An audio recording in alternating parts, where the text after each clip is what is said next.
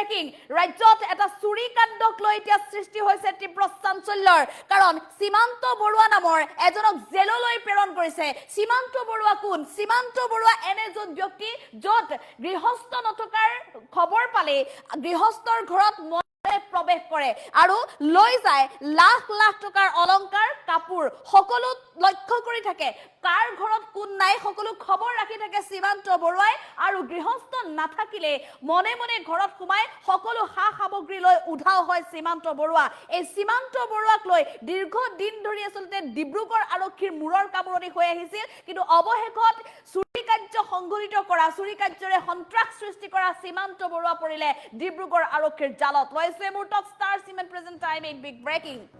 গবাইচুৰ সীমান্ত বৰুৱাক জেললৈ প্ৰেৰণ দীৰ্ঘদিন ধৰি সন্ত্ৰাস সৃষ্টি কৰা সীমান্ত বৰুৱাক অৱশেষত জেললৈ প্ৰেৰণ কৰিলে ডিব্ৰুগড় আৰক্ষীয়ে লাখ লাখ টকাৰ অলংকাৰ কাপোৰ চুৰি কাৰ্যৰে চলাই আহিছিল সন্ত্ৰাস সৃষ্টি হৈছিল ডিব্ৰুগড়ৰ বিভিন্ন প্ৰান্তত এই চুৰি কাৰ্যক লৈ হাহাকাৰ অৱস্থা ডিব্ৰুগড় ঘোঁৰামৰা আৰক্ষীয়ে অভিযান চলাই গ্ৰেপ্তাৰ কৰিছে ইতিমধ্যে সীমান্ত বৰুৱাক শনিবাৰে ঘোঁৰামৰা তিনিআলিৰ শৈলেন দত্ত নামৰ এজন লোকৰ ঘৰত সংঘটিত কৰিছিল চুৰি কাণ্ড লুটি নিছিল লাখ লাখ টকাৰ সোণৰ অলংকাৰ সা সামগ্ৰী বহু সামগ্ৰী লুটি লৈ গৈছিল চুৰি কাণ্ডৰ ৪৮ ঘণ্টাৰ ভিতৰতে আৰক্ষীয়ে অভিযান চলাই গ্ৰেপ্তাৰ কৰিছে চুৰ সীমান্ত বৰুৱাক আৰু অৱশেষত হাতত হেণ্ডকাফ লগাই সীমান্ত বৰুৱাক আৰক্ষী থানাত জেৰা চলোৱাৰ পিছতে সকলো তথ্য পোহৰলৈ আহিছে ক'ত কিদৰে চুৰিকাণ্ড সংঘটিত কৰিছিল সীমান্ত বৰুৱাই আৰু সকলো তথ্য পোহৰলৈ অহাৰ পিছতে অৱশেষত সীমান্ত বৰুৱাক আৰক্ষীয়ে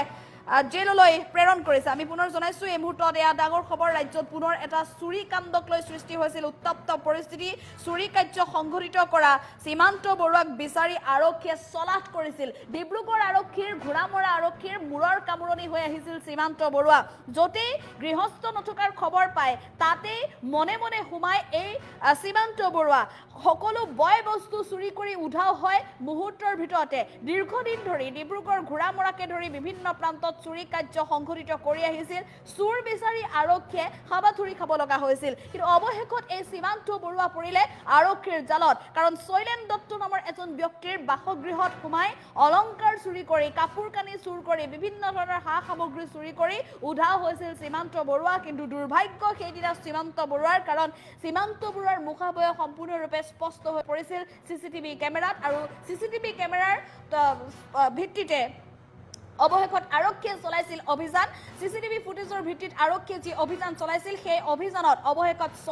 শৈলেন দত্তৰ ঘৰৰ পৰা সা সামগ্ৰী চুৰি কৰা কাপোৰ কানি অলংকাৰ চুৰি কৰা এই সীমান্ত বৰুৱা দুৰ্ধৰ্ষ চুৰ সীমান্ত বৰুৱা পৰিলে আৰক্ষীৰ জালত আৰক্ষীয়ে হেণ্ডকাফ লগাই সীমান্ত বৰুৱাক চুচৰাই লৈ আহিলে ঘোঁৰামৰা আৰক্ষী থানালৈ ঘোঁৰামৰা আৰক্ষী থানাত বহু সময় জেৰা চলোৱা হ'ল সীমান্ত বৰুৱাক সীমান্ত বৰুৱাই শৈলেন দত্তৰ সমান্তৰালভাৱে আৰু কোন কোন প্ৰান্তত চলাইছিল চুৰি কাৰ্য আৰু সেই চুৰি কৰা সামগ্ৰী তেওঁ ক'ত বিক্ৰী কৰে কেনেধৰণে বিক্ৰী কৰে এই চুৰি কাৰ্যৰ লগত এই সীমান্ত বৰুৱাৰ সৈতে আৰু কোনো লোক জড়িত আছে নেকি সকলো তথ্য ইতিমধ্যে আৰক্ষীৰ সন্মুখত আৰক্ষীৰ জেৰাত স্বীকাৰ কৰিছে বুলি জানিব পৰা গৈছে আৰু সীমান্ত বৰুৱাৰ পৰা সকলো আৰক্ষীয়ে গোপন তথ্য সংগ্ৰহ কৰাৰ পিছতে এনেধৰণে এতিয়া সীমান্ত বৰুৱাক প্ৰেৰণ কৰিছে জেললৈ আৰু এফালে দীৰ্ঘদিন ধৰি চুৰি কাৰ্য সংঘটিত কৰা সীমান্ত বৰুৱাৰ হাতত হেণ্ডকাফ লগোৱাৰ পিছতে এতিয়া স্বস্তিৰ নিশ্বাস এৰিছে ঘোঁৰামৰা অঞ্চলৰ ৰাইজে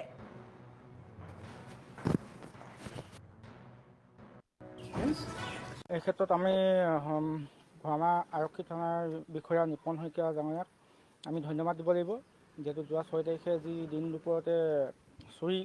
কাণ্ড হৈছিলে সোণ আৰু পইচা যিহেতু লৈ গৈছিলে সেই চুৰি কাণ্ডৰ লগত জড়িত যিজন মেইন মাষ্টাৰ মাইণ্ড তেখেতক আজি ৪৮ ঘণ্টাৰ ভিতৰতে ধেমাজিৰ পৰা আটক কৰিবলৈ সক্ষম হৈছে সেইবাবে আমি ঘোঁৰামৰা থানা আৰু লাহোল থানা আৰক্ষী বিষয়াসকলক ধন্যবাদ জ্ঞাপন কৰিছোঁ যিহেতু আমাৰ হাতৰখোলা গাঁৱত যিটো চুৰিকাণ্ড সংঘটিত হৈছিলে সেই চুৰিকাণ্ডটোৰ লগত সংগতি ৰাখি আজি ঘোঁৰামৰা থানা আৰু আপোনাৰ লাহোল থানাৰ যি বিষয়ববীয়াসকল আছে তেখেতসকলে সম্পূৰ্ণভাৱে কষ্ট কৰি মেলি সিহঁতক আজি ধৰিবলৈ সক্ষম হৈছে সেইটো কাৰণে আমি তেখেতসকলক নথৈ মানে ধন্যবাদ জ্ঞাপন কৰিছোঁ লগতে আমাৰ সকলো হাতৰখোলাবাসী ৰাইজ আজি ওলাই আহিছে তো তথাপিও মানে কি আৰু আগন্তুক দিনত ধৰক এনেকুৱা ধৰণৰ সংঘটিত নহয় চুৰিকাণ্ড সেই গতিকে আমিও সজাগ হ'ব লাগিব সেয়া মই ক'বলগীয়া আৰু বিশেষ ক'বলগীয়া সেনেকুৱা নাই কিন্তু থানাক সম্পূৰ্ণভাৱে মানে কি আজি মানে ধন্যবাদ জ্ঞাপন কৰিছোঁ আমাৰ আৰক্ষী থানা আৰু লাহোৱাল আৰক্ষী থানাক মই ধন্যবাদ জনাইছোঁ ৪৮ ঘণ্টাৰ ভিতৰতে যিখিনি হৰাইছিলে তাৰ আধা অংশ এতিয়ালৈকে পোৱা হৈছে, থানাতে আছে। আৰু নিপেন ঘোঁৰামাৰা আৰক্ষীৰ উপপৰিদৰ্শক নিপেন শইকীয়াদেৱক মই ধন্যবাদ জনাইছোঁ। তেওঁলোকে অহৰ্নিশে শনিবাৰৰ পৰা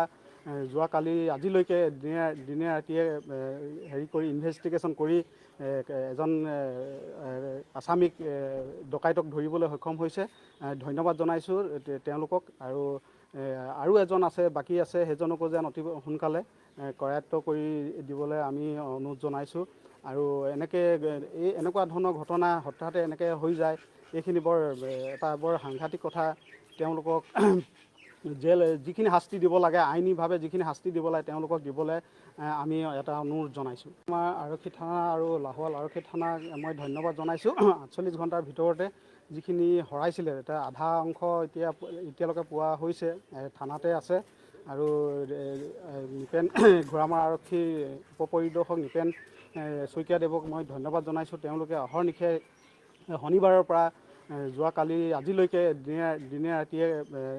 কৰি ইনভেষ্টিগেশ্যন কৰি এজন আছামিক ডকাইতক ধৰিবলৈ সক্ষম হৈছে। ধন্যবাদ জনাইছোঁ তেওঁলোকক। আৰু এজন বাকী আছে, সেইজনকো যেন অতি সোনকালে কৰায়ত্ব কৰি দিবলৈ আমি অনুৰোধ জনাইছোঁ। আৰু এনেকুৱা ধৰণৰ ঘটনা হঠাতে এনেকৈ হৈ যায়, এইখিনি এটা বৰ সাংঘাতিক কথা। তেওঁলোকক যিখিনি শাস্তি দিব লাগে, আইনীভাৱে যিখিনি শাস্তি দিব লাগে তেওঁলোকক দিবলৈ আমি এটা অনুৰোধ জনাইছোঁ। আমাৰ আৰক্ষী থানা আৰু লাহোৱাল আৰক্ষী থানাক মই ধন্যবাদ জনাইছোঁ। 48 ঘণ্টাৰ ভিতৰতে যিখিনি হৰাইছিলে তাৰ আধা অংশ এতিয়ালৈকে পোৱা হৈছে, থানাতে আছে। আৰু নিপেন ঘোঁৰামাৰা আৰক্ষীৰ উপপৰিদৰ্শক নিপেন শইকীয়াদেৱক মই ধন্যবাদ জনাইছোঁ। তেওঁলোকে অহৰ্নিশে শনিবাৰৰ পৰা যোৱাকালি আজিলৈকে দিনে ৰাতিয়ে কৰি ইনভেষ্টিগেশ্যন কৰি এজন আছামিক ডকাইতক ধৰিবলৈ সক্ষম হৈছে। ধন্যবাদ জনাইছোঁ তেওঁলোকক। আৰু এজন বাকী আছে, সেইজনকো যেন অতি সোনকালে কৰায়ত্ব কৰি দিবলৈ আমি অনুৰোধ জনাইছোঁ। আৰু এনেকুৱা ধৰণৰ ঘটনা হঠাতে এনেকৈ হৈ যায়, এইখিনি এটা বৰ সাংঘাতিক কথা। তেওঁলোকক যিখিনি শাস্তি দিব লাগে, আইনীভাৱে যিখিনি শাস্তি দিব লাগে তেওঁলোকক দিবলৈ আমি এটা অনুৰোধ জনাইছোঁ।